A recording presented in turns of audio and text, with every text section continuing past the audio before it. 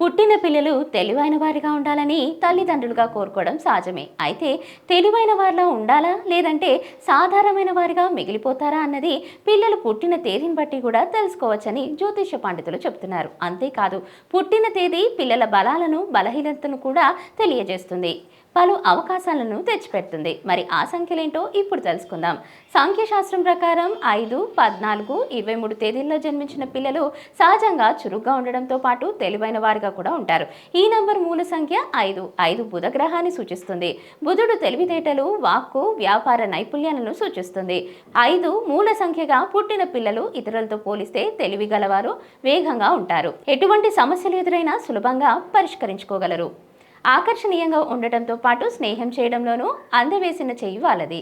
మాటలతో ఇతరులను ఇట్టే ఆకట్టుకుంటారు. నూతన ఆలోచనలు స్వీకరించడంలో వీరికి వీరే సాటి. అంతేకాదు ఈ సంఖ్యలో జన్మించిన వారికి ఆధ్యాత్మిక భావనలు, శుభ్రతమైన దృష్టి ఎక్కువగా ఉంటుంది. మరి మీ పిల్లలు ఏ సంఖ్యలో జన్మించారో వారి గుణగుణాలు ఎలా ఉన్నాయో మాతో పంచుకోండి.